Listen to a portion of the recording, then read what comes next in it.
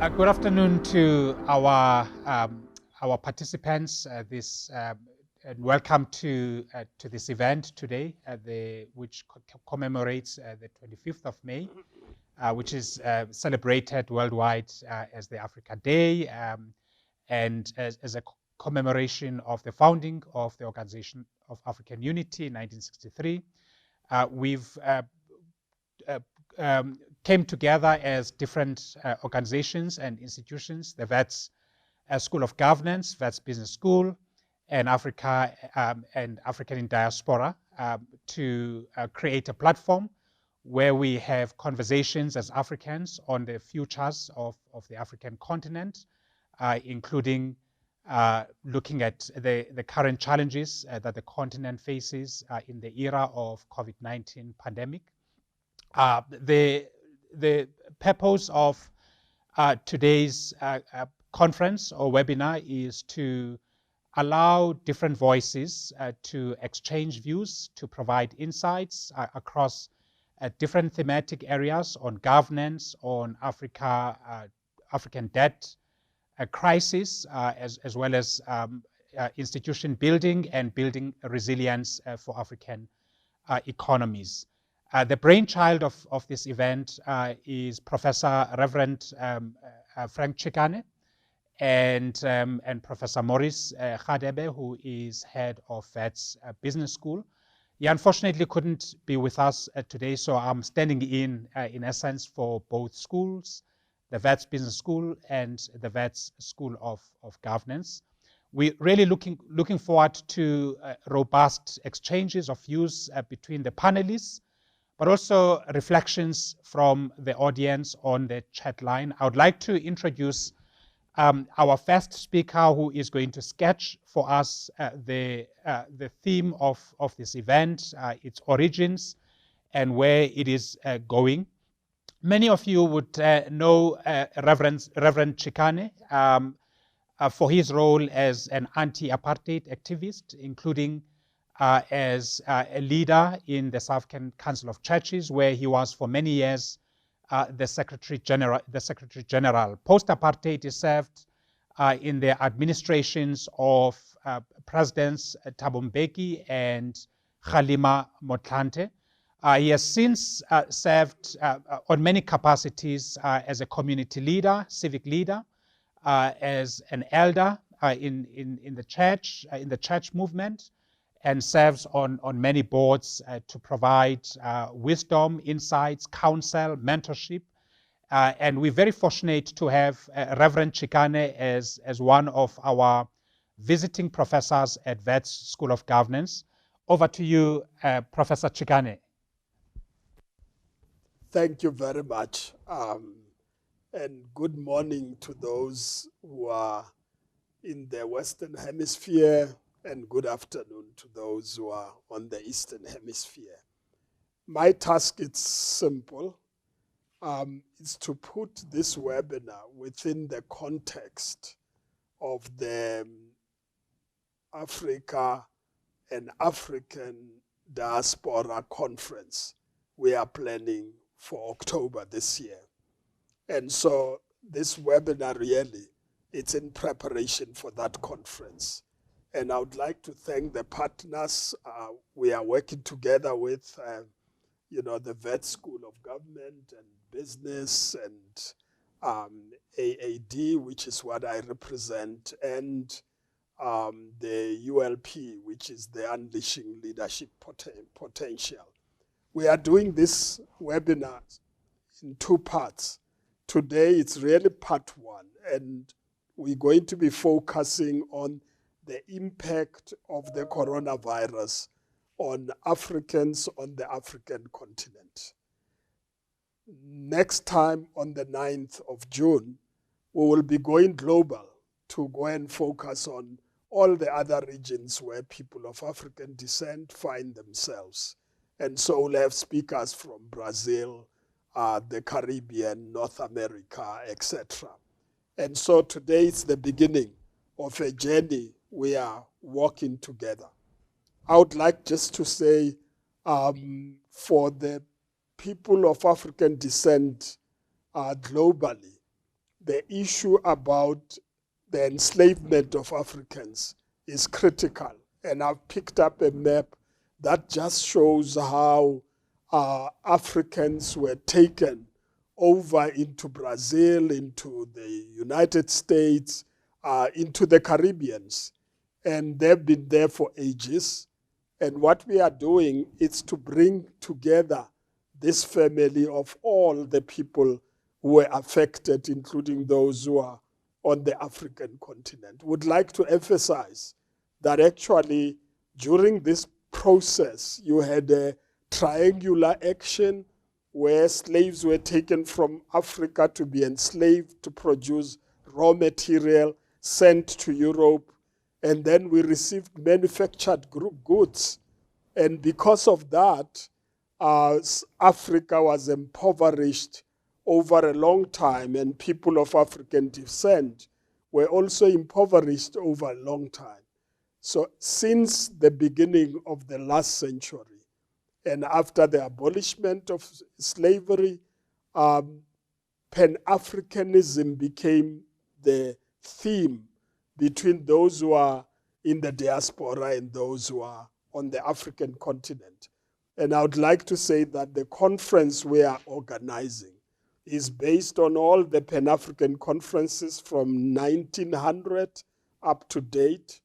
The critical ones are the one in Paris, where they met after World War II, and hoping that the victors, those who defeated others, who won the war, would listen to them because they participated in that war, so thinking it's in defense of the freedoms of people in the world, and they were not listened to.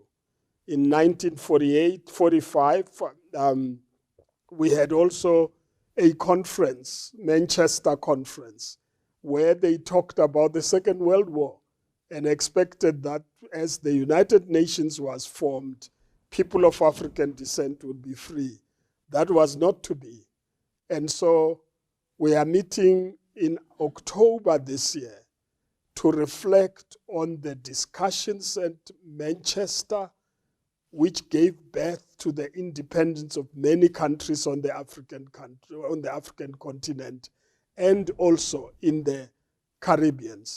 And I just want to say it in short, that the African Union has already incorporated people in the diaspora as the 6th region of the African Union, and it is legislated in terms of the Constitutive Act of the African Union.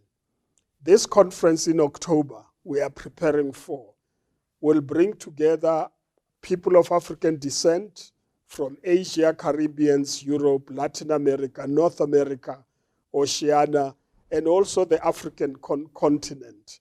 And we have got a concept paper that is in our website, which tells you exactly the details of what we will be doing at that particular conference. And I would like to say that this conference is not going to be an ordinary conference, because a conference, you go there, read papers, write books, go home. This is a conference where we're going to determine a program of action to free people of African descent, change their conditions of life, and make sure that they compete and perform at the highest level competitively in terms of research, in terms of contribution to society, in terms of the economy. We bring together the regions to reflect in preparation for this conference. We're also doing issue-based consultative conferences, like, for instance, on reparation, like we are doing today on the impact of the coronavirus on people of African descent. We're bringing in the United Nations, we are bringing in the AU, we're bringing in CARICOM to be part of this conference. So in short, I just want to say that what we are doing today is to focus on a particular theme, which is going to contribute in the discussions at the conference. And I wish all of you the best in reflecting on this theme. Thank you. Thank you very much, Prof. Chikane. It's very rare that we get together as Africans and also as African people in other regions. Even our trading patterns are hubs and spoke.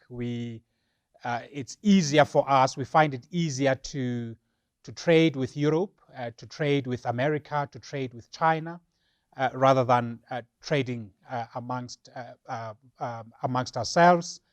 And also the exchange of ideas is something that is still a rarity in the continent, where we come together. We have a shared platform to provide insights about the future of the continent. And today's session will focus on COVID-19, its impact on the continent, as well as the kind of solutions that are required to take us out of this conundrum. The next, before I call on the next speaker, I would like to introduce all the panelists and then call them individually to share their insights. We have on the speakers list Professor Adebayo Olukoshi, who is the Director for Africa and West Asia at International IDEA. He will soon be joining us at the Wits School of Governance, so we're very fortunate to have him. He has more than 35 years of experience in areas of international relations, governance, and human rights, both as an academic and as a civic leader participating in intergovernmental institutions. He has in the past participated as a member in the African Union Assessment Panel and chair of the boards of several think tanks, including the ECPDM based in Europe, as well as Open Society Initiative for West Africa.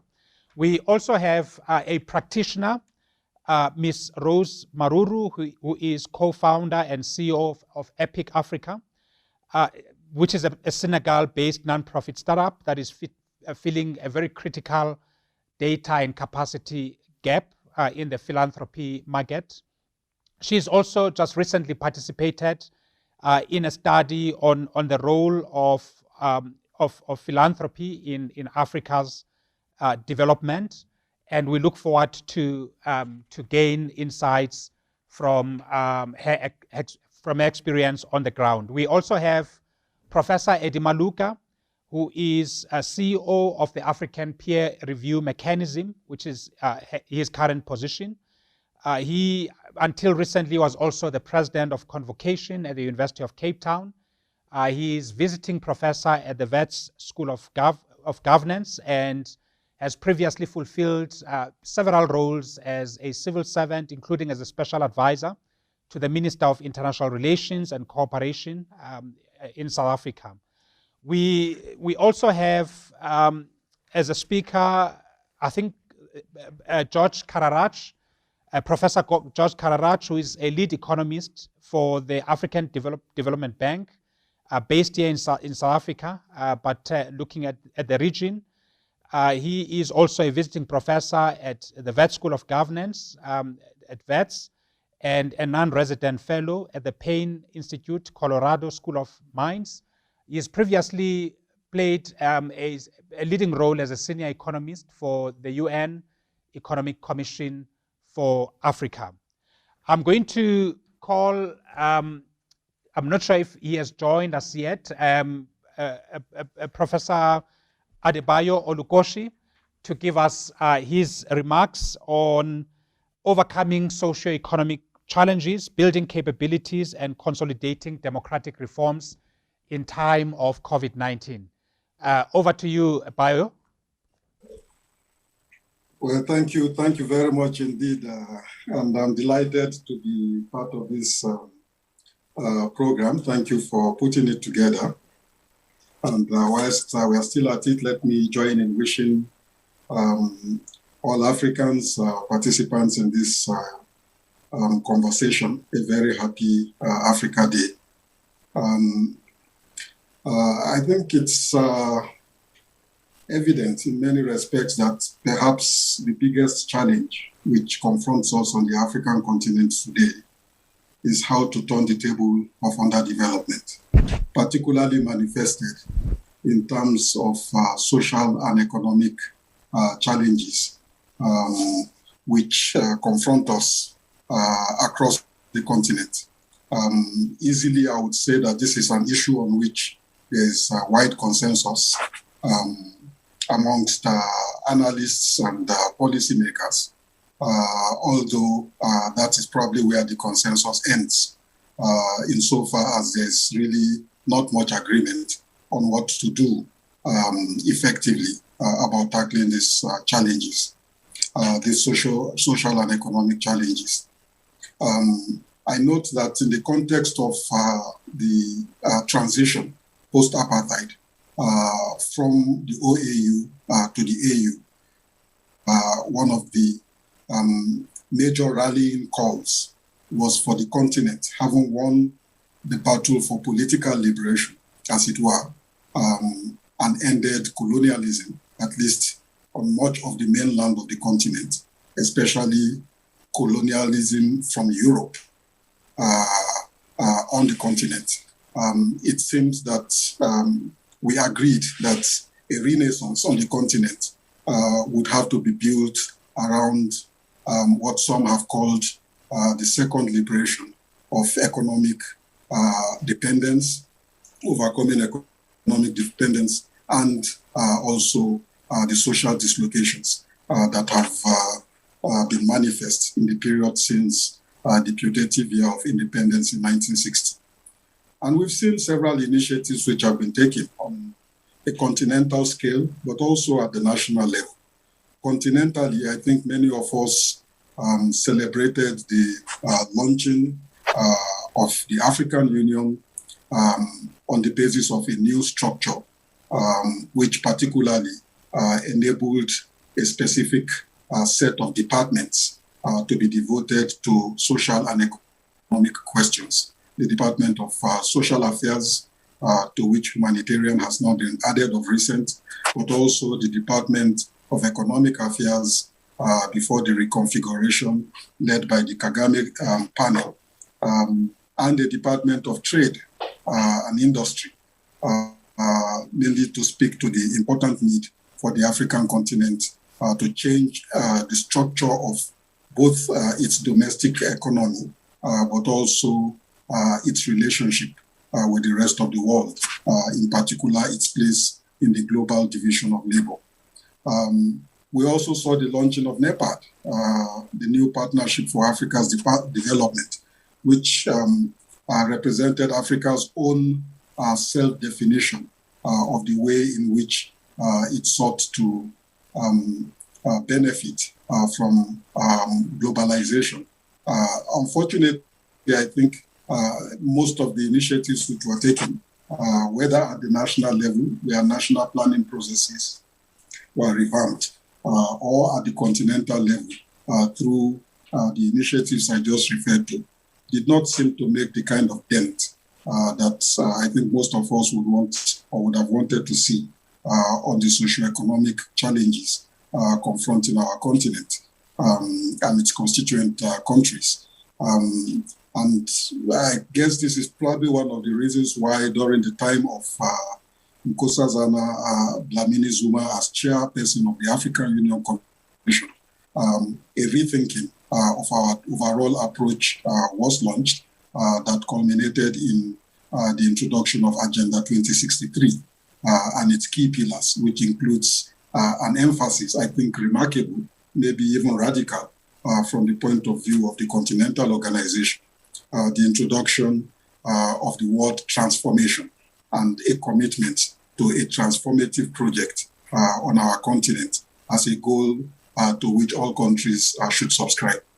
I guess that agenda is still being unfolded. It's within its first decade. But to the extent to which Agenda 2063 would succeed, I think it would also depend on the kinds of policies which are taken at the national level, the effectiveness with which efforts are made at the domestic level in different countries, not only to embrace and operationalize the idea of transformation, but also, I would say, to relaunch a new bargain between state and society in a way that will enable citizens to enjoy the fullness of their citizenship. I would say that on the basis of some of the evidence which we have before us, we've not done really terribly too well.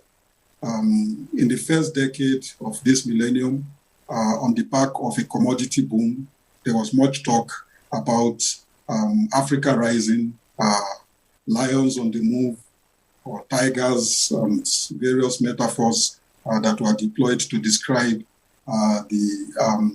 the burst of growth, sometimes hovering around 6-7%, which we saw, and even reference to the fact that 6 out of 10 fastest growing economies in the first decade of the millennium around the world were specifically Africa.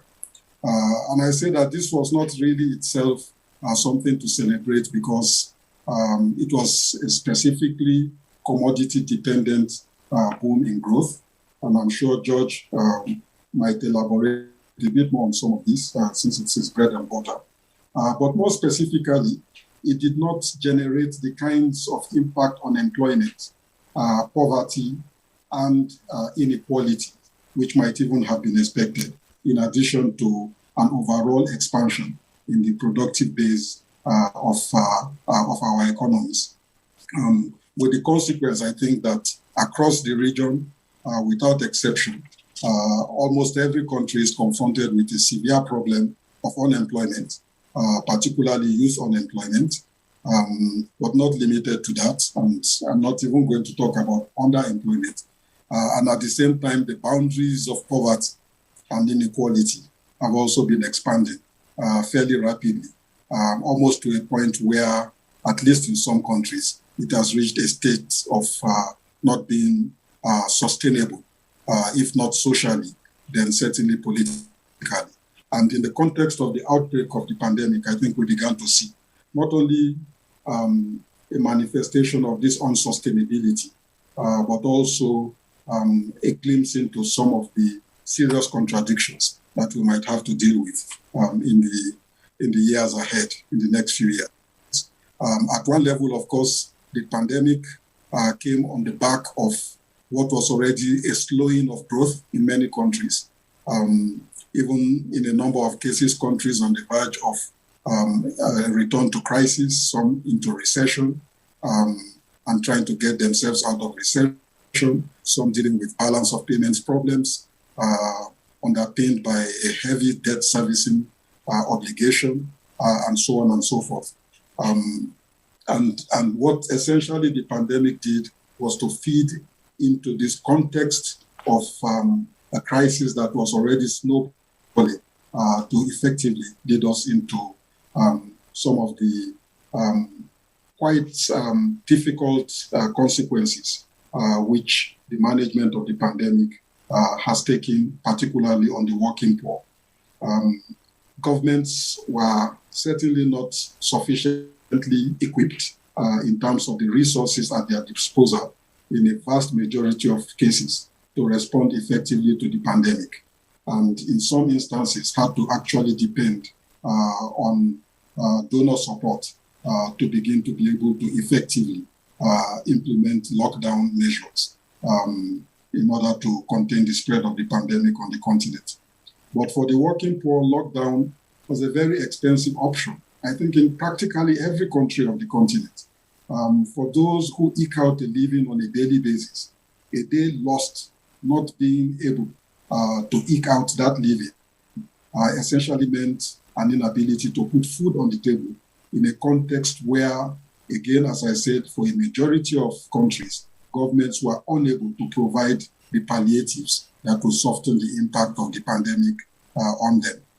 So effectively, within the first few months of the pandemic, from a shock response, which produced some compliance, waiting to see and understand what the full weight of the pandemic would be, we began to see a universal violation of the restrictions, forcing encounters of a violent nature between policing authorities trying to enforce lockdown measures and the working poor insisting that they needed to go out to eke out a living.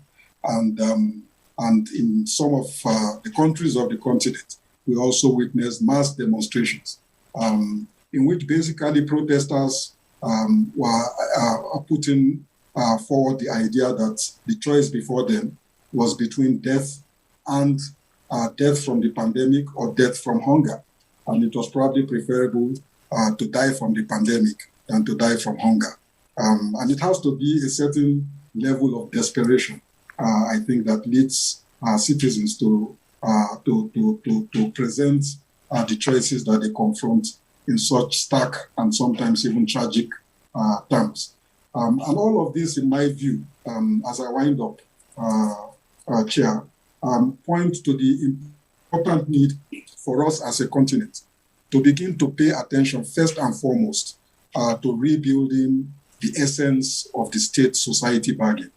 And the pandemic has helped us to put this in sharper relief, if there was any doubt whatsoever, that the relationship of trust and the reciprocal bargain between citizens and government broke down, and in some cases broke down irretrievably. I think the pandemic brought this out and helps us to see the kinds of measures that need to be taken in order to properly rebuild the foundations of that relationship. And in the absence of an effective state-society bargain, we are not likely, I think, to be able to put in place the kinds of governance, at least of a democratic nature, that will be based on the consent of citizens and also the exercise of choice by citizens through the electoral process. You would not be surprised that in a place like Mali, which is back in the headlines again, the president, former President Keita, called an election in order to answer some of the criticisms about his management of the pandemic, amongst other things, won that election and was promptly overthrown within months of winning that election, as hundreds of thousands of his compatriots took to the streets to demand his departure because of the ineffectiveness of the government to respond to the basic livelihood concerns of citizens. And I fear that this may in fact be the narrative that we might see in parts of the continent in the years ahead if urgent measures are not taken to rebuild social policy, and not simply social protection, not simply handouts, but universal social policy of the kind which does not produce stigma and which allows for every citizen as a matter of right to be able to enjoy a basket of rights regardless of their station in life, as a clear indication of their membership of a political community, namely the country. If time permits, I would like to come back to elaborate a bit more on this. But I would say that on the back of existing fractures in economy and society before the pandemic, we have witnessed over the last 1.5 years a further exposure, even in some cases, in the rawness of those fractures, in a way, I think, that challenges us to address our minds much more directly and in a purposeful manner to finding solutions that will enable legitimate governance and stability to reign on our continent. Thank you very much, Chair. Thank you, Bayo. That was lovely. Very comprehensive set of propositions there, both critical, but also concrete in suggesting what needs to be done. Made some very strong points there about the need to rethink the social compact, the social policy, strengthen the sinews of trust between government and society, and how we what it would take to repair this. And on that note, I would like to call upon Ms. Rose Mururu to to give us some of the reflections from civil society. What has been the experience on the trust from the ground, on the trust between society and government? How has civil society fared in the wake of this pandemic, and what would it take to strengthen Africa's capacity to rebuild social structures post-COVID-19? Thank you very much for this opportunity. So I'm going to talk about or base my presentation on a survey that we carried out last year between April 29th and May 15th on the impact of COVID-19 on civil society organizations across the continent. Now, our survey took place roughly 2 months following the declaration of COVID-19 as a global pandemic and the subsequent wide-ranging restrictive measures that governments across the continent introduced in a bid to control the disease.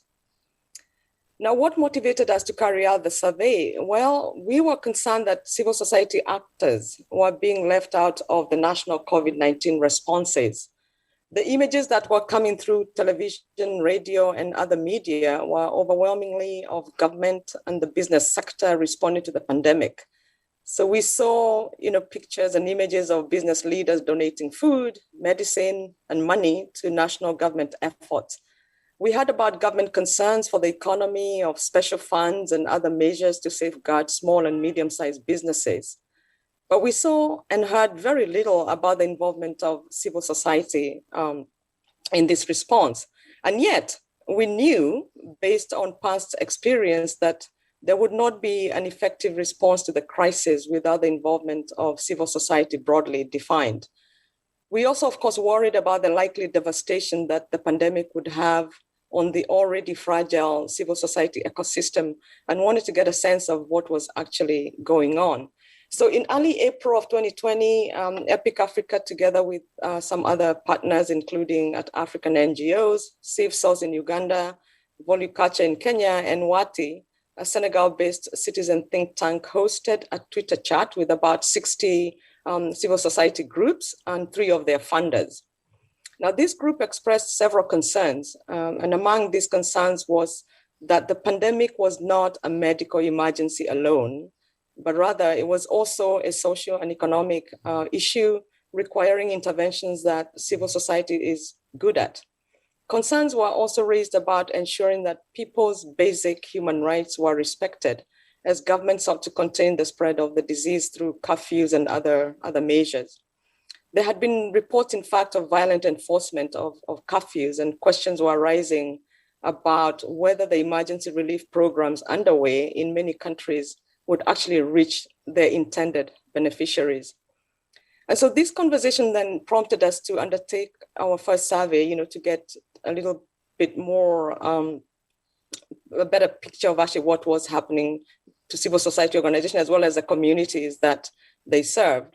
So at that time, there was hardly any data on the impact of COVID-19 on African civil society organizations specifically.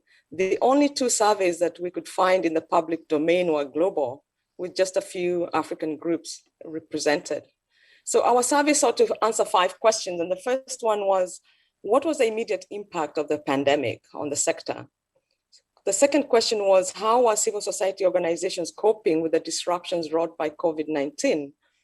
And our third question was, what was the outlook for civil society organizations in the medium term? And here we defined the medium term as the next 3 to 6 months. At the time of our survey, there was a prevailing expectation that COVID-19 would soon be over. So in fact, 6 months seemed like actually a rather far off horizon. We also wanted to know whether civil society organizations had initiated new activities in response to COVID-19, and if so, what these activities were and how they were being funded. And finally, we wanted to see what insights were emerging as civil society organizations grappled with the crisis and what these insights could mean in terms of the recovery and the rebuilding of the sector. So what were the findings? Well, the key finding was that the overall impact had been really swift It was widespread and it was very destabilizing for most organizations. So in fact, 98% of the 1,015 organizations from 44 countries that responded to our survey reported having been affected in one or more ways. Everything from losing funding to having to close down their programs. 84% indicated that they were not prepared to cope with the disruption at all. 70% had already reduced or canceled operations, and 56% said that they had already experienced a loss of funding. So how are all these organizations coping? Well, it was remarkable because they were very quick to respond, with many pivoting to working from home, for example, and cutting costs. But the solutions that organizations had adopted were not without their challenges. So for example, many reported that their staff lacked the tools to work from home, while others found that home was not a conducive work environment. Also, not all the work that they do lends itself to working from home. Although still early in the crisis, the expectation was that COVID-19 would soon be over, but it was already dawning on civil society organizations that there would not be a return to normal. Something seemed to have fundamentally changed. Now, in terms of financial outlook for the sector, it was rather grim, with 66% expecting that the loss of funding would continue. There was also an expectation that demand for services that they provide would rise along with costs. Yet, we found that only 34% of organizations reported having any reserves. In fact, and perhaps most concerning, was that close to 80% of the respondents felt that COVID-19 would have a devastating impact on the sustainability of many organizations. Despite this dire outlook, civil society organizations were actively involved in national and sometimes even continent-wide responses to the pandemic. Close to 85% of respondents reported having introduced new program activities specifically addressing COVID-19. How were these activities being funded? Interestingly, majority of these activities, about 70%, were self-funded. The rest of the funding came from a range of sources. Most notably, the leading sources of new funding were local, primarily individual donors and the private sector. Despite the involvement in the response to COVID-19, upward of 70% of the respondents felt that governments had failed to recognize and utilize their skills, their experience, and their networks. In fact, civil society organizations felt that this oversight was weakening the planning, the coordination, and the implementation of national responses, especially as the social, the cultural, and economic dimensions of the pandemic started to become visible. While many African organizations were overwhelmed by the immediate impact of COVID-19 on their operations, and some were already struggling to survive, there was surprising optimism about the future. In fact, we had about 45% saying that the pandemic would give rise to a more robust and agile sector. This optimism was not completely unfounded. The ways in which organizations were already adapting to the new normal indicated that the crisis could perhaps be the inflection point that would begin to reshape the sector towards a more resilient, effective, and sustainable organizations. Now, let me highlight just 5 sort of shifts that we saw beginning to occur, even at this early stage, and that we thought perhaps offered or continued to offer civil society organizations with opportunities to build on. And the first shift was the reorientation of operations. As I said, civil society organizations had quickly found new ways of operating, demonstrating that they could be agile, they could be creative, they could be nimble. The second shift was, of course, the digital transformation. The crisis had catapulted civil society organizations into the digital age. And of course, there are pros and cons of that, which I won't get into. A third shift was in the power relations between African civil society organizations and their funders. And we saw for the first time some funders ceding decision-making power to their quote unquote local partners, allowing them to decide how to best use existing grants. And this is a trend that we hope will take root. The fourth shift was in the sector's solidarity. it seemed that the crisis had spawned greater collaboration and partnerships among organizations. They seem to be rising above the fragmentation that we so often see, and that tremendously weakens the sector. The fifth and kind of final shift was in the sector's image.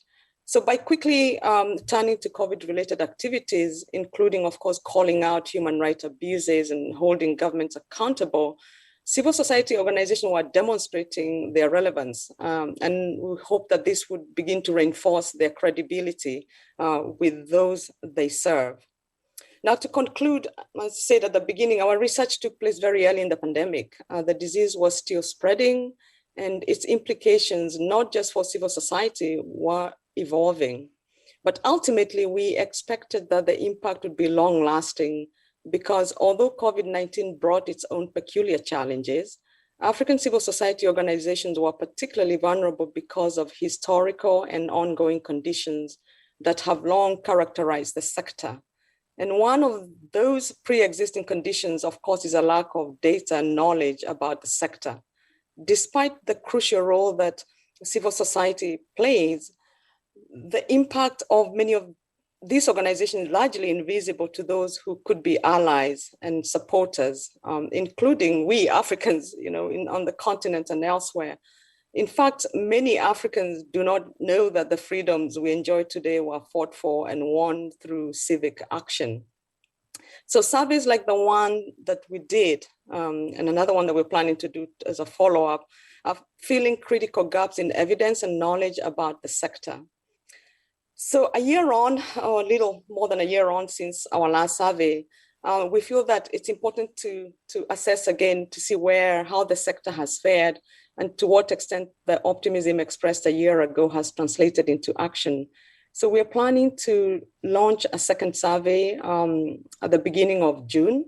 And that upcoming survey and others, including the last one, are part of what EPIC Africa and others are trying to do to really build knowledge about the sector. And it's really a building blocks towards our broader vision of a vibrant civil society and philanthropic ecosystem on the continent. Thank you. Thank you so much, Ms. Rose Mururu. Those were very insightful remarks. Oftentimes, we think of governance as something that is about government, the government apparatus, and we forget that the governance really is at the nexus of the state, market, and society, and it is action in the civic space that generate momentum for democratic shifts, and also shifts in the ways in which corporates think about their services, in the ways in which donors, funders think about public value. So that's really very helpful. And I want to call upon Professor Eddie Maluka to reflect on this idea of governance, how governance has been reconstituted by the pandemic, our understanding of governance, how governance structures in the continent have been affected, and what does governance look like post-COVID-19? Over to you, Prof. Maluka. Thank you very much, Mr. Chairman, my brother, Professor, and also Professor Mzugisi Ngobo. And also let me also take this opportunity to recognize Reverend Chikani and to say that we continue to receive prayers from him. We know wherever he's serving, he's praying for our country and wishing our country very well and our continent. And I'm very impressed by this initiative, and we'll do our best, of course, to support it. And the fellow panelists, my brother Bayo, and of course our sister who's just spoken very, very eloquently, our sister Rose. I'll be very quick, Mr. Chairman, because the guidelines you gave us, you advised the speakers to stick to a seven-minute guideline. I'll just talk about quickly because where I work at the African Peer Review Mechanism, and we we have this mandate given to us by our countries to assist them with improving governance on the continent. You know, the APRM has its own history. I won't go into that. And when this thing happened, when the COVID hit us, of course, here in Africa, it reached us at the beginning of last year.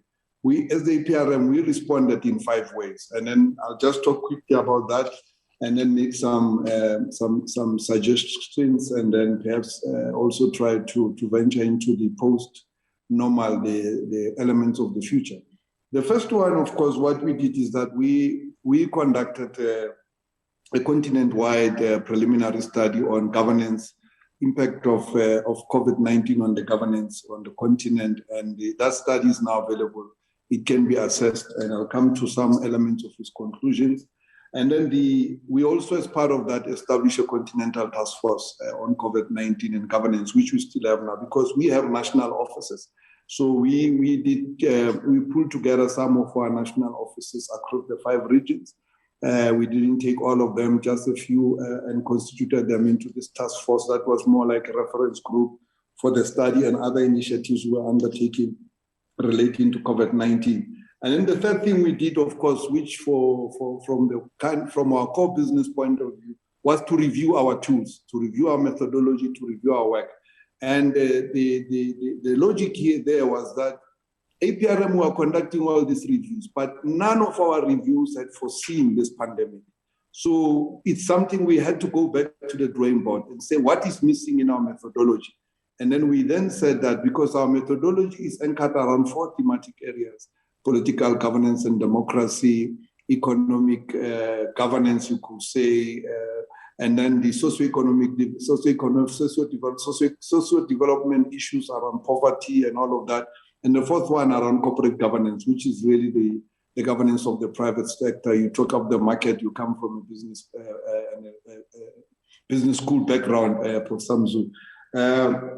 So we then said, what is missing in our methodology? Why our methodology? Why, even though we always pride ourselves that the APRM has this early warning potential, why didn't we foresee this one? Then we realized that we don't look at state resilience of states to shocks, to crises, and so on. And there's quite a lot of work there, of course, has been done from the UN level, United Nations, another continental level. So we did a lot of work there. We reached out to continental and also the bodies dealing with issues of resilience and the UN itself, the UN here and the WHO. And at the level of the African Union, there is also a capacity there. So we have been working with them.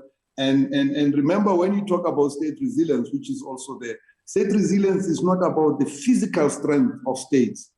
It's about the elasticity of state institutions or of governance institutions in society, or the governance, the totality of the governance architecture in the elasticity. So if something is smaller, you must be able to shrink. If something is bigger, you must be able to expand. So you need elasticity, not physical strength, because physical strength is not what state resilience is all about. State resilience is about elasticity, inbuilt elasticity within the governance. So we have really reviewed that. We have introduced a 5th thematic area dealing with state resilience. We have defined a tool there. We have even deployed it. I'll come back to elements of it. The 4th thing we did was, of course, to deploy our reviews, the teams on the ground. We have traditionally looked at governance around the 4 thematic areas, but we were then requested by our leaders, our heads, that we need to find other, introduce new products, if I can use private sector language, that are quicker and so on. So we introduced what we call the targeted reviews. It's more like the thematic reviews. So we immediately then, after we now developed this tool on state resilience, we immediately deployed a review, a targeted review, looking at the state resilience and public health capabilities. We did that in Sierra Leone. The report is already out. It has been just gone to the reviews. Now we'll be going back to Sierra Leone now to work with them in the implementation of the recommendation. And a number of countries now are requesting us to deploy the targeted review to look at their public health, the state resilience, and so on. And our tool we can share with you later during the discussion. Then the 5th response on our side, of course, we were given the mandate by the African Union Assembly to track. It was under the reforms led by President Kagame to track the governance trends and dynamics on the continent. So we developed a tool to do that with the African Governance Report. So we did the first one 3 years ago. Now we work on the second one, and the second one was looking at African futures, governance futures. So we designed 4 futures, and that document, study, it's actually we used the future scenarios, the focus groups, and all of that. It was a continent-wide exercise involving experts, governments, our national offices, EU organs, and so on. So this will soon go to the Assembly. Unfortunately, the Assembly could not meet properly this year, except for the election of the new commission. So it has been deferred, but I don't want to talk about it a lot because it must still be presented. But that exercise really came up with 4 scenarios for governance in the future, and has made some suggestions, which then some of it will be discussed in detail at the right time. But what are the key elements? What are the key conclusions that come out from this different kind of works that we're doing? The first one is that really with COVID, and it goes back to what Reverend Chikane was saying, Bio, and of course our dear sister Rose, that no single country can on its own defeat or confront this pandemic, because by definition, a pandemic is beyond borders. It's devastating. It's beyond your capacity to cope with the normal. And it is really forcing us as the African continent to go back to what Kwame Nkrumah said and advised us to do 60 years ago, when he said to us, instead of when we get independence, we created this nation state, some small, some big. And so we should have gone the Union of Africa, the United States of Africa, who created this federation, this big federation, to be able to harness and to master the resources of Africa across the continent, to be able to deploy them for the benefit of our continent, industrialization and all of that. And we invested rather in the nation states, in borders and sovereignty. And partly because of that, we lost the last 60 years. And this pandemic is really taking us to the drawing board to really help us rethink and to rethink the nation state, and also to rethink the limits of the nation state as a platform from which you could deal with global and continental challenges, but rather to see that there is more opportunities around collaboration, partnership, and of course, the great ideas of solidarity and Pan-Africanism. And I think it's something that we really need to pay more attention into. And this pandemic for me is just the beginning. We need Africa, for example, we need now to realize out of this pandemic that we should defeat and eradicate malaria on the continent, because other regions have done so. Already in the 1960s, the Americans were eradicating malaria in Panama. And in Asia, malaria, some countries have already eradicated it. Yet in Africa, we can't. So out of this pandemic, we really need to look at how do we use this experience to build a very much stronger Pan-African, you could say, continent-wide capability to be able to deal with pandemics. And I think it's something that we are not yet doing much work onto it, and it's something we need to look more. We have got the CDC there, and they are doing a little bit of, but they are responding, they are doing their best. But we need to really pose this pandemic to really say the pandemic is there, and it will probably come another 100 years. There will be another disaster of a comparable scale. But something that is immediate, that is there, that we must do, is to eradicate the malaria. The technology is there, and all these things are there, and even the scientific advances we have them, some of them in our institutions, research institutions on the continent. So we should try to use this experience to eradicate malaria on our continent. And then, of course, this pandemic, they tested the capability and the capacity of our governance institutions. And remember, as you said, Professor Mzu, that the pandemic is not necessarily a crisis or per se. It becomes a crisis because our own institutions are not prepared and unable to cope with it. And it's something that we has come out very strong in the studies, that none of our governments were prepared and ready for this. And then the regulatory environment. We have the global codes and standards, the Sendai framework, and which have been, of course, customized at the regional level. Some countries have developed national legislation based on the Sendai framework. Others haven't. And even within governments, I know in the case of South Africa, and we said a little bit about it, it was not even clear which legislation to use the Disaster Management Act, or do you treat this as a national state of emergency? So some of this, the regulatory issues within states, it's an issue even at the continent, because the continental level, we just set codes and standards and the model laws if necessary, but we don't even have a model law. In this case, we have the Sendai framework that countries now domesticate through some legislation. And then, of course, the issue around public awareness and public education.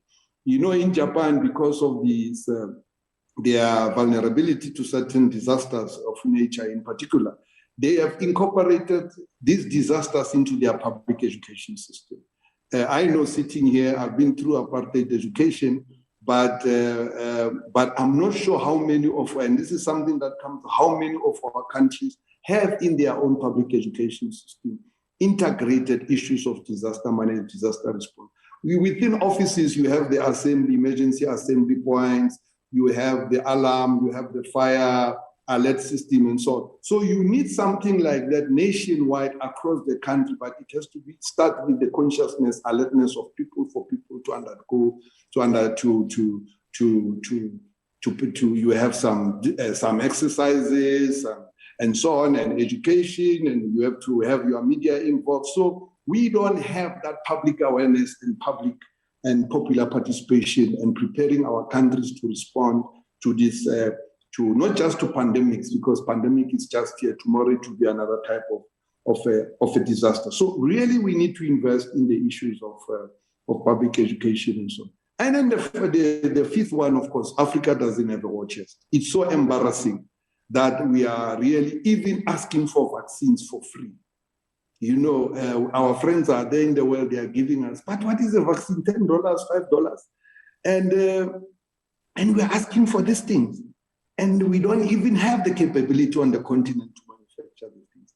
We don't have resources to respond, financial, fiscal resources to respond at country level, let alone the continental level. We are asking for masks, we are asking things that we should be able to provide for ourselves. And really, the self-reliance we're talking about, we are still a little bit far, a little bit of a distance from that. So I think the issue of the war chest that nations have and should have to enable them to respond to disasters, to emergencies, to national emergencies, it's a must.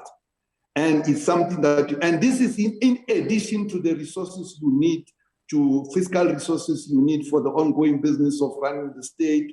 You also need the resources to invest in your economy, to grow and develop your economy.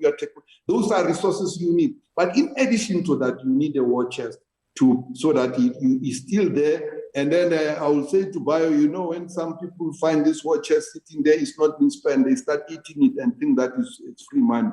And one day you have a national emergency, then the kitty is empty. So it's something that we really need to integrate into how fiscal planning, long-term planning, and so that our governments across the board, they build self-reliance in that, so that we don't get into the situation where we are now begging for tissues, for sanitizers, for it's really embarrassing, for masks and things that are costing not even $1. That Africa, we don't have resources at the continental level, even in most countries, to be able to provide it for these things for our own people. And then the last point really is what Bio, I think, was talking about earlier, that our studies have shown that the limitations of repressive measures, that in order for the people to comply, and you need their consent, and you can't manufacture consent through repression. You need to build, is an issue that Rose was raising, you need to build, rather manufacture. By manufacturing, I mean it in technical, scientific way, in political science, you have to manufacture trust. And that trust in the state, or that public trust in the state, should emanate from legitimacy of the state. So the more legitimate the state is, the more likely that the people will accept the measures that come from the top, but others it may not. So the issues the attempt at the beginning of the state response to this pandemic to invest in repression, it had mixed results. And I think in the long term, we should rather put more investment in manufacturing trust.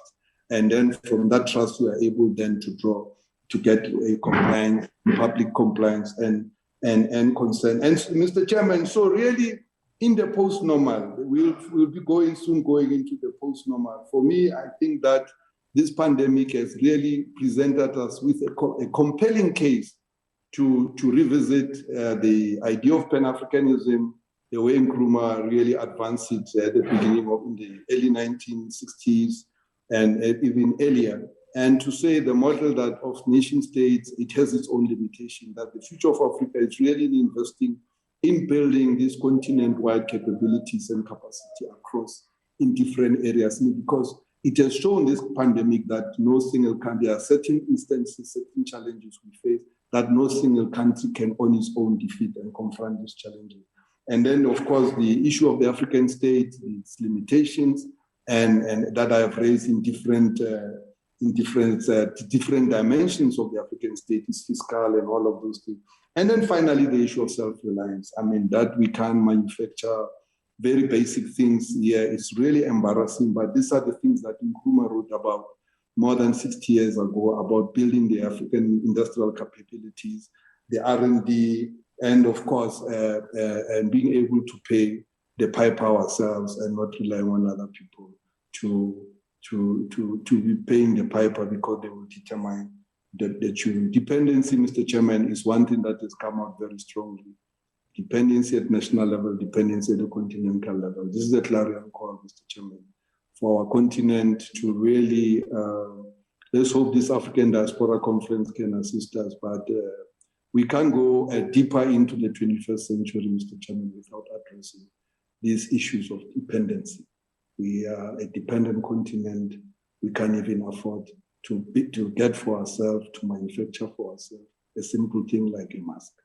So, Mr. Chairman, I think I will leave you there.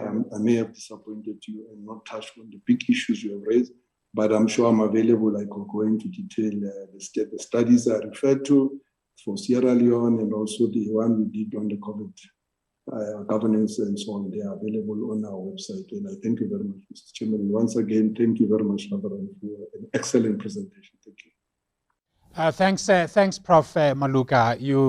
You touched on very important issues.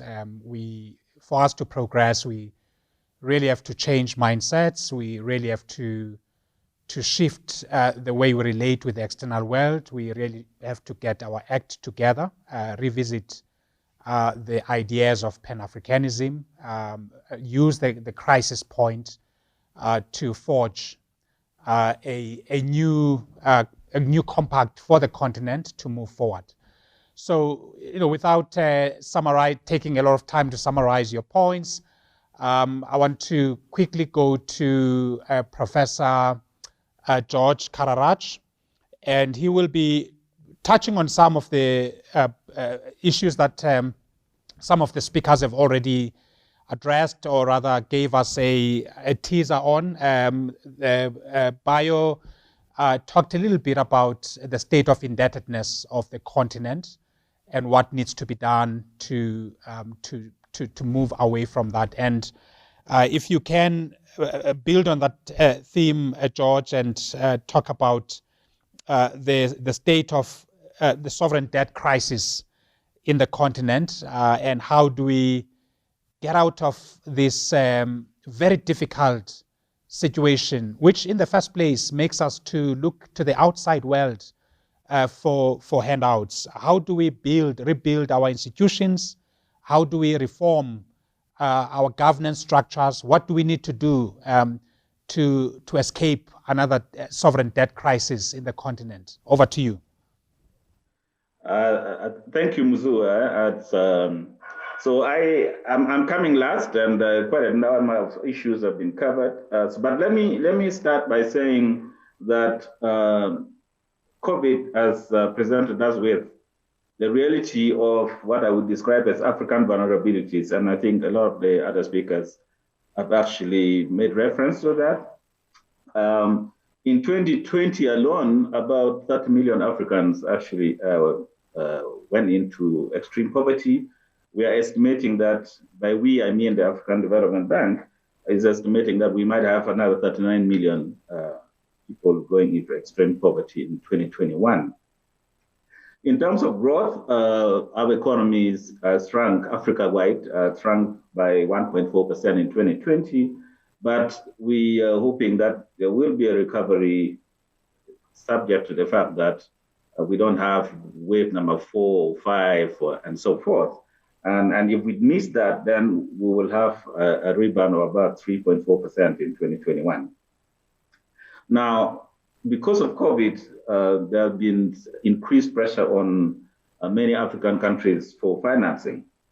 The average debt to GDP ratio has climbed significantly by between 10 to 15 percentage points across many countries because of appreciation in exchange rates, rising interest rates in some instances, and high primary balances.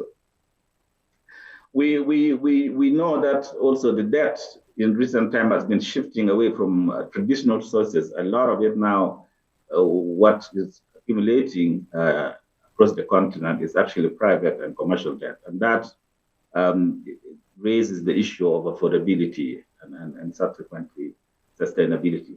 Let me give just a sense. For example, Angola has about 127% of total debt to GDP ratio. That's quite significant. Mozambique, 122%. Zambia, 118% of GDP. Now those are big numbers. In the SADC region, the only countries that are actually within the SADC protocol on debt, that is the debt below 60% of GDP, Botswana, Eswatini, Lesotho, and Madagascar. So that kind of gives you a sense why the question of what is it that we need to do to move away from this problem of debt. And I think I would make the case that there is need for sovereign debt restructuring that fosters growth and development in Africa. The problem with previous approaches is that they have actually been ineffective. And so we need to rethink and building on equity through state instruments and to make sure that we overcome the debt spiral and chart a sustained growth path.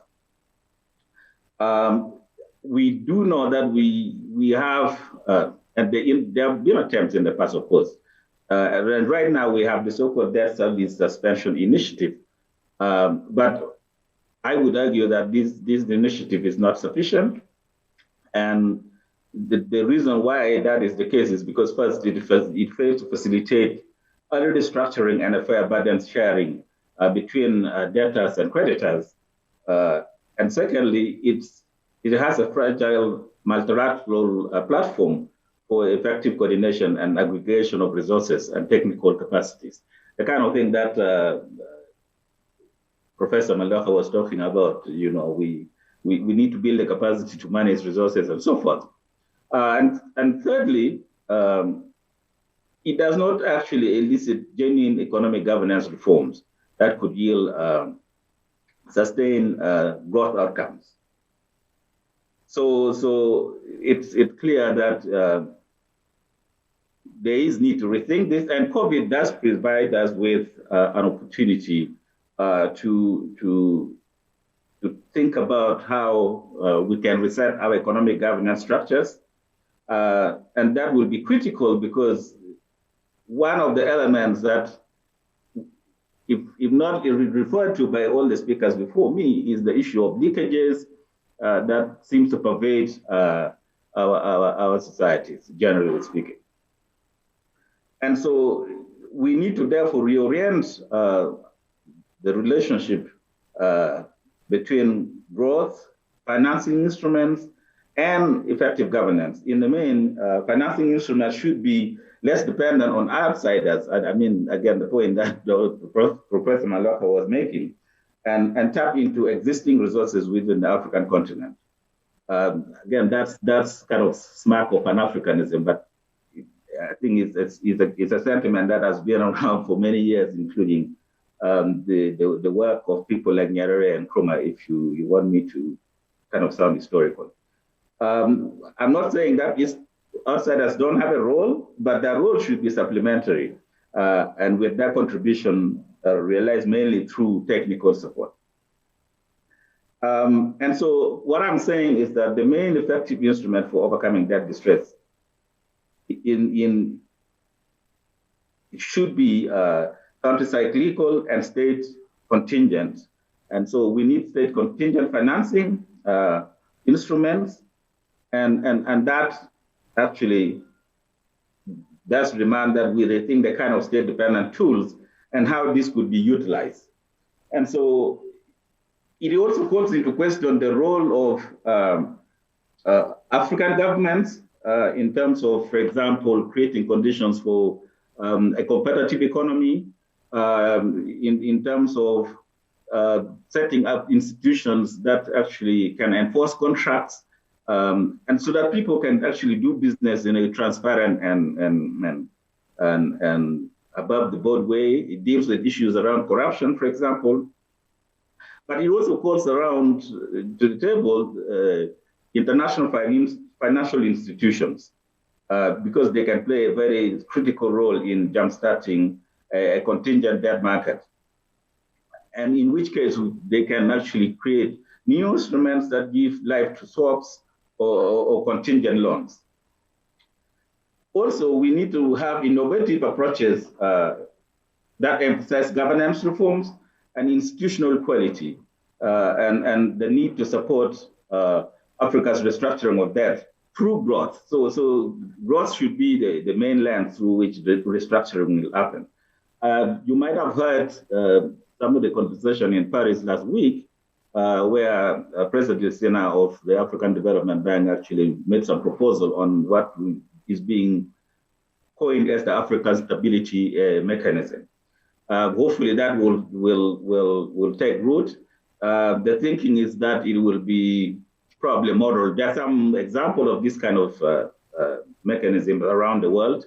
You have the Arab Monetary Fund, you have the European Stability Mechanism. So there are some of those, but the point is that this instrument, if it does take root, should be tailor-made and fit for purpose in Africa.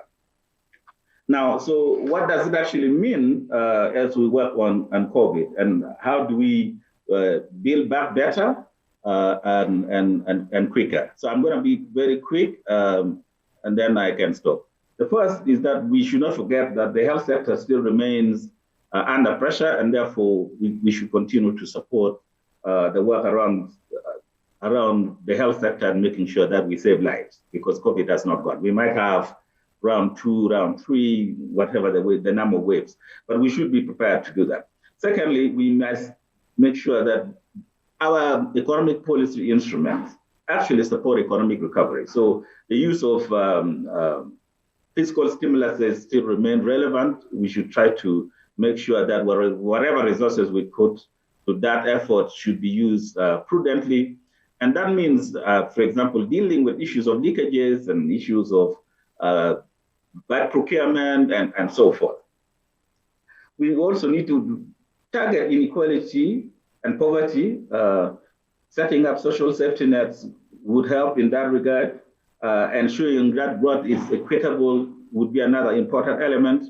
And so and this is something that I heard somebody say, that one of the greatest equalizers has been actually COVID. It has proved that everybody can be vulnerable, and therefore issue of equality and issue of inequity need to be considered. And so the discussion earlier on the renewal of the social contract is part and parcel of that work. We also need to make sure that we protect human capital accumulation, particularly to introduce innovation in our learning systems. And this is where institutions like the Vet School of Governance, the Business School, and so on, they become relevant because universities will be at the core of rethinking how knowledge and learning loops are actually developed and entrenched, particularly in an environment now, for example, where we are adopting new learning tools, including remote learning, and the the other thing that we need to think about is labor market reforms. I think the way we do or we used to work has actually been put under pressure by COVID. And so we need to think about how do we work in a new environment or the new normal. How do we tap into evolving or emerging technologies like artificial intelligence and so forth to make sure that we transit our workforce to whatever emerging sectors that might be coming into being as COVID goes into the back burner. And the point about structural transformation, I share that as well. I mean, the importance of digitization and exploiting the digital economy, e-commerce, has actually become an important element. So such innovation should be taken on board, and we need to tap into that to make sure that our economies function, even if we restrict our own movements, but we need to find new mechanisms of making sure that the economy doesn't shut down completely. And finally, and it comes back to the theme that seems to be around this discussion and into October, the issue of solidarity. I think that development cooperation need to be revisited. Certainly issues around, for example, vaccine imperialism and vaccine sovereignty and hoarding need to be dealt with. Setting up a system where Africa can anticipate disease outbreaks and pandemics, I think these are very critical points that actually, if there's anything we need to learn, is something we can learn from COVID as well. And setting our ability to be able to produce our own vaccines would be one sure way of also trying to avoid getting into a begging mode and getting into a death scenario where countries will put guns on our heads to say, all right, unless you do this or unless you sign this loan, we will not make you have access to such and such pandemic-related support mechanisms. So let me stop there and hear what others have to say on this issue. Thank you. Thank you, George. I know that you are also working on a very important on an important manuscript on this subject, so we look forward to seeing that. I think we've had insights from different speakers. The points you highlight, George, are really very important for how the continent charts its pathway out of crises, especially to think about institutional quality, bolstering capabilities, not just in the state, but across the different dimensions of society. Now we're going to go to the chat line and see if there are any questions. We're running out of time fast, so we're going to take those questions, and depending on how many they are, we will allocate them to the different panelists as they make their closing remarks. And I would like to also invite Professor Chikane, having had all of these insights, to reflect. Maybe while we're sorting out the questions, let me hand over to him. Yeah, I must say that I wish we had more time to have a conversation about this subject, because I found it very interesting in terms of the different speakers, the way they approach it, and the questions they've raised, and Mururu's research about, the study about the impact on civil society, and then the economy itself, and then the capacity of the state. I mean, these are issues we need to discuss quite extensively. There is also the politics of it in terms of vaccines and which need to be brought in. What I would say, if we had time, Professor, it's more about the depth of impact of the virus on the economies of the countries on the African continent, and how we're going to get them to rise again to the level at which they should be. I think the indication here was that we might recover by 2023, 2024, but to what extent would we be able to do that, I think would be critical. And then the issues about vaccines is life. We need to deal with it now. And how are we going to succeed to do that? The last thing I want to say, I wish the repeat study that Maruru is talking about could be completed before the October conference, because that would also inform how we handle that. Yeah, I would like to stop at that.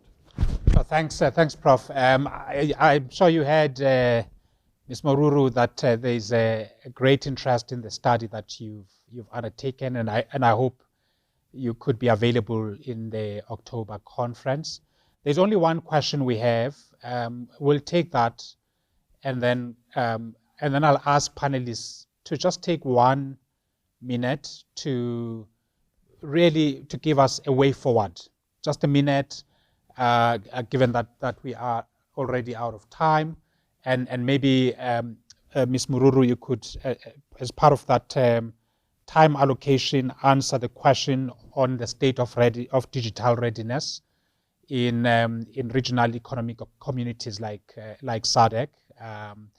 What is your observation on the ground, and then we can then move on to maybe start with Eddie to give his minute way forward, and then Bayo, and then finally George Kararaj. Please go ahead, Ms. Maruru. Yes, thank you. So yeah, in terms of the next report, yes, it will be ready well before October. We launched the survey on June 1 for 1 month. So the data collection happens in June, and then July is the data analysis and the report writing. So we are hoping, in fact, before mid-August, we should have that new report. And I'm glad to say that we are collaborating with VIT, with CAPSI, Dr. Becky Moyo's shop. So we're working with some of the students there to help us with the data analysis. Did you want me to address the regional economic communities question? Because that's not mine. That's your observation of the state of digital readiness on the ground, especially with civil society. Yeah, that's a real issue, even as organizations are moving online.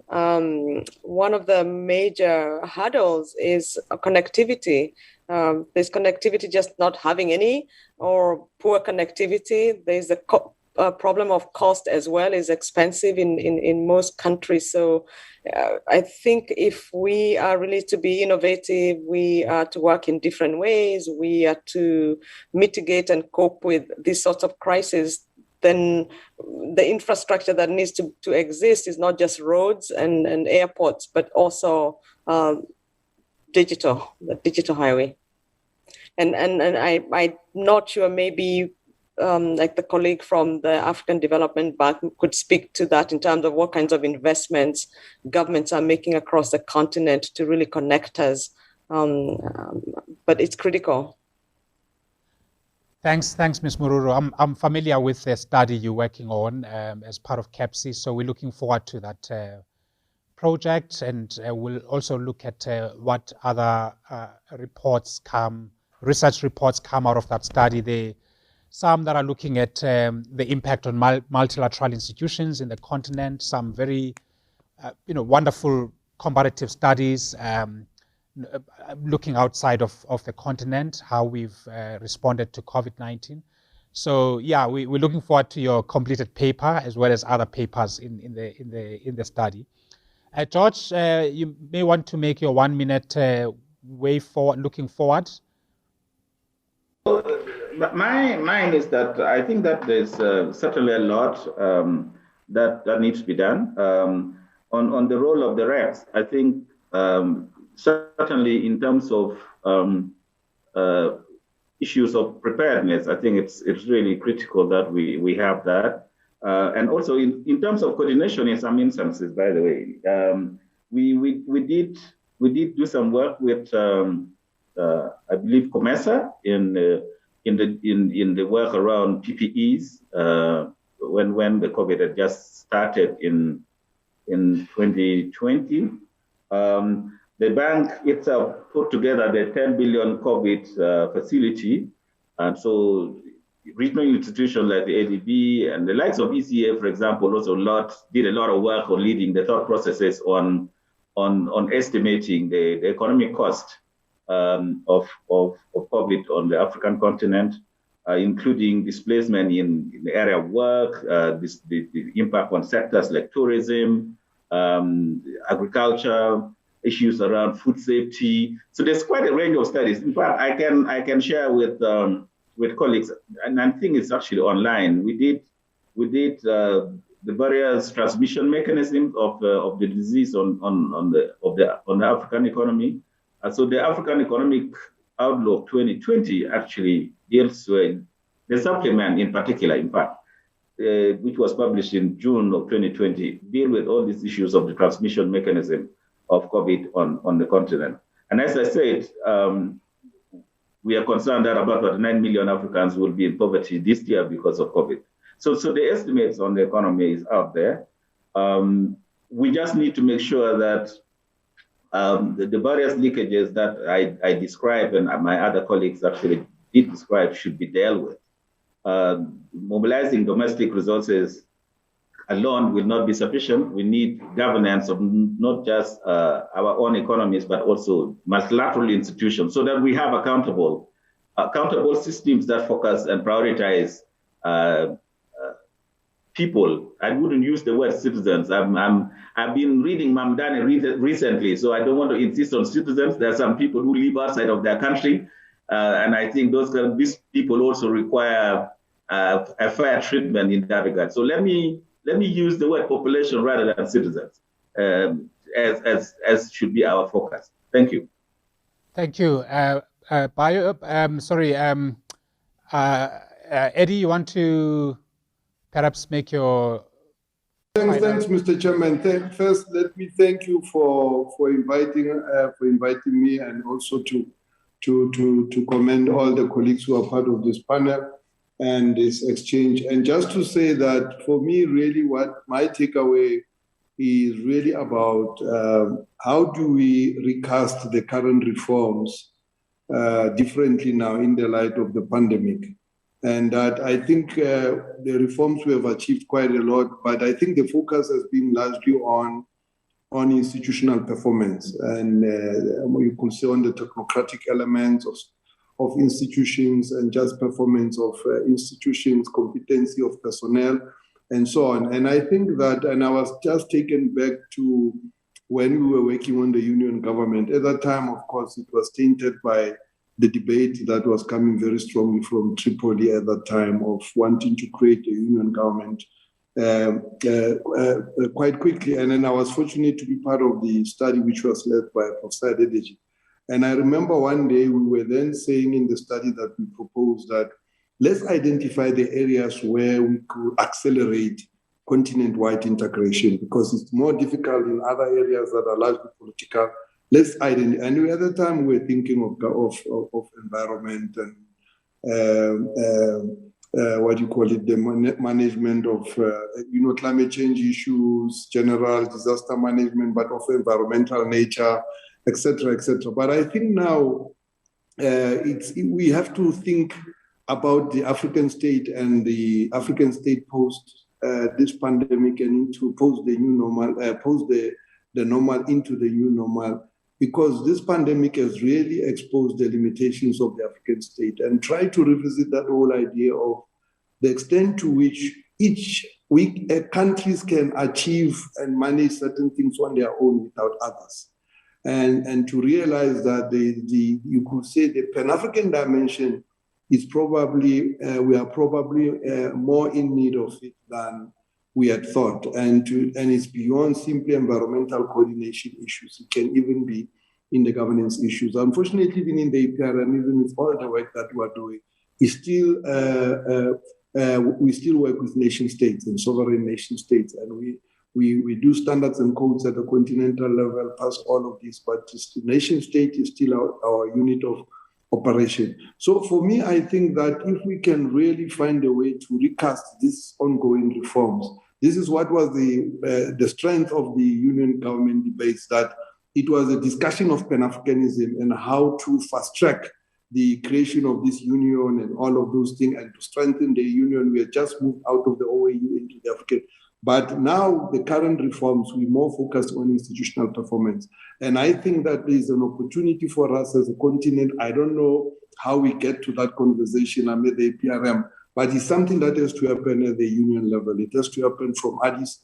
And for us to think about how do we recast these current reforms beyond simply institutional performance, but looking at what should be the agenda of Pan-Africanism in the 21st century. What is it that beyond more than simply coordination of African airspace, maybe environment, what are the other issues that we can add into the pot of agenda issues really that could be handled at the continental level? I think as I said, that this pandemic has really exposed the weakness of the nation state, even in countries where we thought that the state and the governance issues were strong and well established. And clearly there are limitations, but you can see that we can perform and do better at the continental level than if we can want to do things on our own. So for me, Mr. Chairman, that's really my takeaway, and I wish you very well and all the colleagues at VETS and those who are on this panel. Thank you very much. Thanks, Eddie. You have a partner in Africa and Africans in diaspora in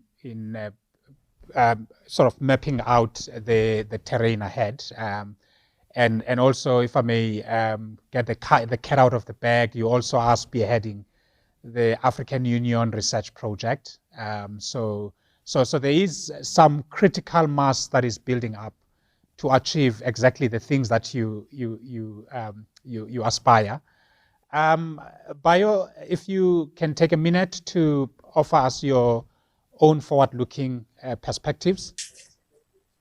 Thank you very much, Chair. As Eddie spoke, I kept smiling, and I thought that there's an opportunity here for a conversation with George. Don't be afraid of the notion of citizenship, George. I know you are not afraid of it. I'm insisting on citizenship as opposed to population as the centerpiece of policy making and governance because of its politicized nature. And until we begin to politicize populations so that they simply cease to be apolitical and become more engaged, I don't think some of the things which we have spoken to today will be easy to achieve. So I would say that we have an opportunity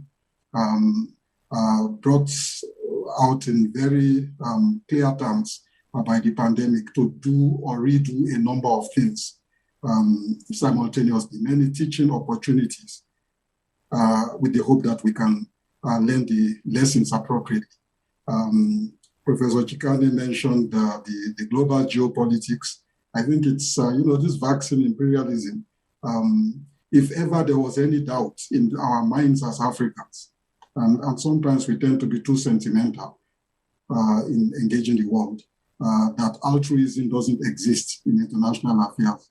The behavior of the United States and Europe over the management of the vaccines, including even in countries of Africa, where they carried out experimentation of the vaccines before manufacturing them en masse. If ever there was any doubt in our minds that Europe is for Europe and acts for Europe, the United States is not going to abandon its own people and feel sorry for Africans or help Africans to prepare to protect themselves. I hope that doubt has been erased completely, and we can begin to understand that as people who must manage our destiny and find our place, our rightful place in the world, as dignified members of the international community, nobody can be ambitious for us. We have to be ambitious for ourselves, and we have to do so on a scale that is grand and which is Pan-African. And not, it doesn't have to be white elephant projects or daydreaming, but carefully selected strategic investments around infrastructure, both soft and hard, around issues of technology development, on issues of trade, all the spheres of development, which basically we have spent the last 60 years or so looking across the boundaries of Africa for people who will help us out, but who ultimately actually are more concerned about how to secure themselves and their people in a changing world. So my main takeaway is COVID-19, another wake-up call for Africa, and I hope that we will wake up to the challenge and use the opportunity to begin to move towards transformation. Thank you very much. Thank you. I would like to really take this opportunity to thank all our participants who've taken time aside to join us in this very important conversation. We know that there are hundreds of other conversations taking place at this time today. Everyone is celebrating this day, and that's a good thing. It means that there is a sense of revival in the continent about the condition that the continent is in, and to think about the kind of futures we should desire for the continent. I'd like to thank our panelists. I think they've all been great, well prepared, really rich insights, and a blend of practitioner knowledge and scholarship, and we really are grateful to you for your time, especially because it's in the evening in other countries, and it's in the middle of the day in others. It's a working day, so we don't take your time for granted, and we hope that we can call upon you. I'd like to thank Professor Maurice Radebe and Professor Frank Chikane, who are the brainchildren behind this. Whose this idea is they are the midwives of this idea, and without them putting their heads together, this would not have taken place. And we, especially Maurice, he's been really championing this and getting both schools, the Wits Business School and the Wits School of Governance, to work together on the intellectual side of this. And I hope, Prof. Chikane, you don't tire. You keep on building these initiatives. They will bear fruit in eventually, and we are here to support as both schools. And we thank also the Unleashing Leadership Potential for hosting us today and for providing all the technical equipment and platform that enable us to connect together. And our teams at both schools, at marketing and events teams at both schools, Wits Business School and the Wits School of Governance. Thank you so much for your hard work. Thank you to all of you. Wishing you all the best, and we hope to see you during the October conference.